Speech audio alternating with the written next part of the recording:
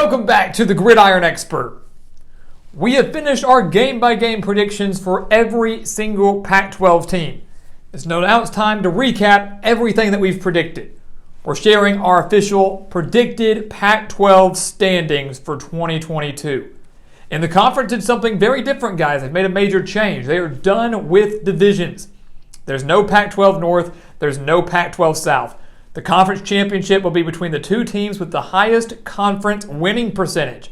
So this is huge for the Pac-12. They're doing this to try to increase their shot at the college football playoff, to put truly the best two teams within the conference against each other in their championship game. So we're going to go through these projected standings first, like number 1 all the way to number 12, and then of course we'll share our projected Pac-12 championship and who we have winning the conference in 2022. So at the top of our standings, guys, we have Utah.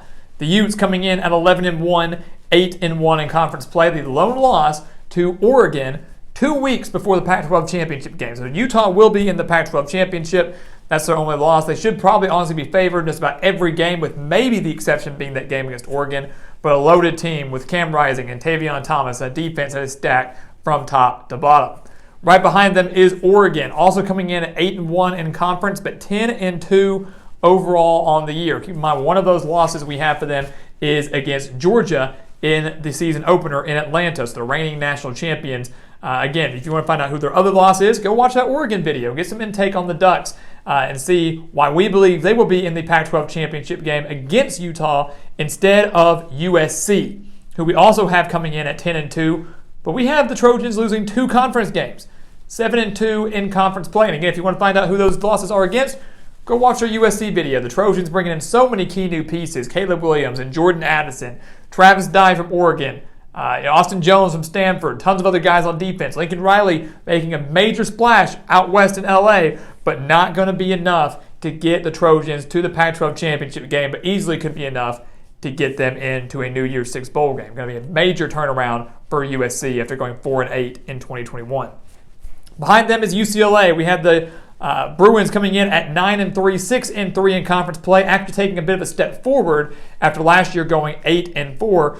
The Bruins guys are a team that could easily challenge for that Pac-12 title spot. Again, only 2 games separating Oregon and UCLA for that second spot in that Pac-12 championship game. So do not sleep on Chip Kelly and the Bruins. That if they can just fix up that defense a little bit, will be even more dangerous than the 9-3 record indicates. After that, guys, you see a significant drop-off. For us, Utah, Oregon, USC, UCLA, those are your legitimate contenders to get into the Pac-12 title. The rest, they can go bowling. They can maybe pull off a handful of upsets here and there, but none of the teams below them, the other 8, have a shot, in my opinion, of making that Pac-12 championship. Under UCLA, Washington State, a 2-game difference in conference play. The Cougars coming in at 6-6. The biggest addition for them, Cameron Ward, the new quarterback coming in from Incarnate Word, alongside his former head coach, Eric Morris, who is the offensive coordinator now in Pullman. Big things coming in the future for the Cougars. Oregon State in at 6-6, 4-5 in conference as well. We have a 3-way tie with 3 teams going 6-6 and 4-5 in conference. And through the tiebreakers, it goes Washington State, Oregon State, who takes a minor step back, should be very competitive, just faces a very difficult schedule. The Beavers going 6-6, but last year was the first year they made a bowl game since 2013. Now they're going to be going to their 2nd straight bowl game under Jonathan Smith. So if you're a fan in Corvallis, if you're a Beavers fan, you can't be too upset with that. And under them, Washington coming in at 6-6 as well, and year 1 under Kalen DeBoer. This is a team, guys, that once they find their identity on offense, could be very, very dangerous, as they should have one of the better defenses in the entire Pac-12. So those are all the teams that we have going bowling. 7 teams out of the Pac-12 going to the postseason, the rest falling just short. We have a tie in conference between Arizona State, California, and Stanford. Arizona State winning the tiebreaker over California, coming in at 5-7. Again, the Sun Devils, guys, a team that's under a lot of scrutiny right now, a lot of unknowns for them amid their NCAA investigation for recruiting scandals. Whether Herm Edwards makes it to the end of the year or not remains to be seen, but the Sun Devils lost so many key pieces from last year when the team won 8 games that we think they're going to take a drastic step back despite some of the transfers they've added. So 5-7 for the Sun Devils. California falling short again under Justin Wilcox. Just can't seem to get over that hump and get to the postseason. This will be just, they've only made 2 bowl games at California for Justin Wilcox. We thought we could make a third last year. They fell just short. Think they can make a third this year. We had them falling just short again. The offensive woes are going to continue in Berkeley. Stanford could spell the end of the David Shaw era for the Cardinal. 4-8 after last year going 3-9. We do have them winning 3 conference games, but Tanner McKee and maybe the best core of wide receivers in the conference, maybe outside of USC, isn't going to be enough to lift Stanford out of the cellar of the Pac-12. We have them missing the postseason once again with a very difficult schedule and a defense that we just don't think is going to improve enough after finishing last in the conference in points per game, rushing defense, and total defense.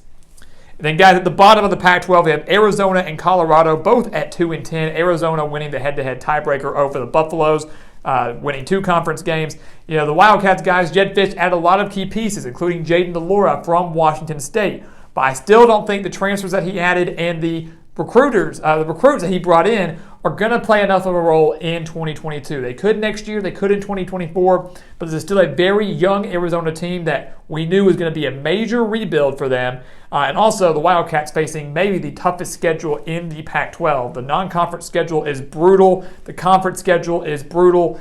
Wildcats still have a ways to go. And the same can be said for Colorado, who just continues to regress under Karl Dorrell. But once again, a very difficult non-conference slate for the Buffaloes. Don't really have much of an identity on offense. Their best player, Jarrett Broussard, transferred to Michigan State. Colorado, a team that really I think will be competitive at times this year. Might be a little bit better than that 2-10 record indicates, but it's still a long ways away from really contending in the Pac-12, maybe even contending for a bowl spot. So that kind of runs through our brief standings, guys. Again, if you want deeper analysis on all of these games for all these teams, make sure to go check out those individual videos. But here we go, the Pac-12 Championship, a rematch. Again, Utah and Oregon. You know, a couple of years ago, guys, these two teams met in the Pac-12 Championship, and Utah was 1 win away from the College Football Playoff. If they had defeated Oregon, they would have been in the College Football Playoff. But Oregon annihilated Utah. Last year, in the regular season, the Utes and the Ducks met against each other in Salt Lake City. Oregon was still in the playoff mix. Utah annihilated Oregon in that game, ruined their playoff hopes. They met a few weeks later in the Pac-12 Championship, and Utah annihilated Oregon again to capture their first ever Pac-12 title and get to their first ever Rose Bowl. So these two teams have a bunch of bad blood. These two teams have ruined each other's seasons and their shot at a national title twice already. Well, Utah's done it once, Oregon has done it once in the span of about 2 or 3 years. They have a chance to do it again. Utah, if they win the Pac-12 Championship, will be in the College Football Playoff. Oregon, if they win this game, they will ruin Utah's playoff hopes, and Oregon will end up going to the Rose Bowl instead of the Utes. What will happen? We believe that Oregon will win the Pac-12 Championship. We have Oregon defeating Utah 2 weeks prior in Eugene. We believe that the rematch 2 weeks later, Dan Lanning will come up with a masterful defensive plan to shut down this explosive Utah offense. Oregon will own the edge at the line of scrimmage, and that is going to be key. You have to win the battle in the trenches, and I believe Oregon is the best in the conference on the offensive line and the defensive line, and Oregon will, in a way, upset, if you will, Utah in the Pac-12 Championship for the second time in 3 weeks.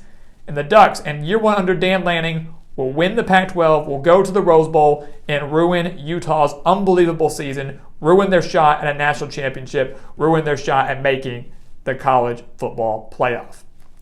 So there you have it, guys. Those are our projected Pac-12 standings and our projected Pac-12 champion. We have Oregon taking down Utah in the Pac-12 championship game. We want to hear from you. Share your predictions down in the comments below, and let's get ready for some Pac-12 football kicking off in just a little under 2 months.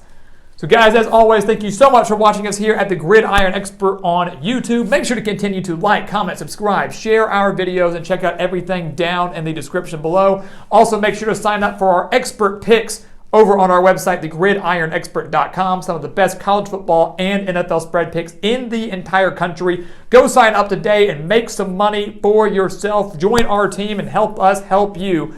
And once again, guys, as always, thank you so much for watching, and we'll see you next time right here on the Gridiron Expert.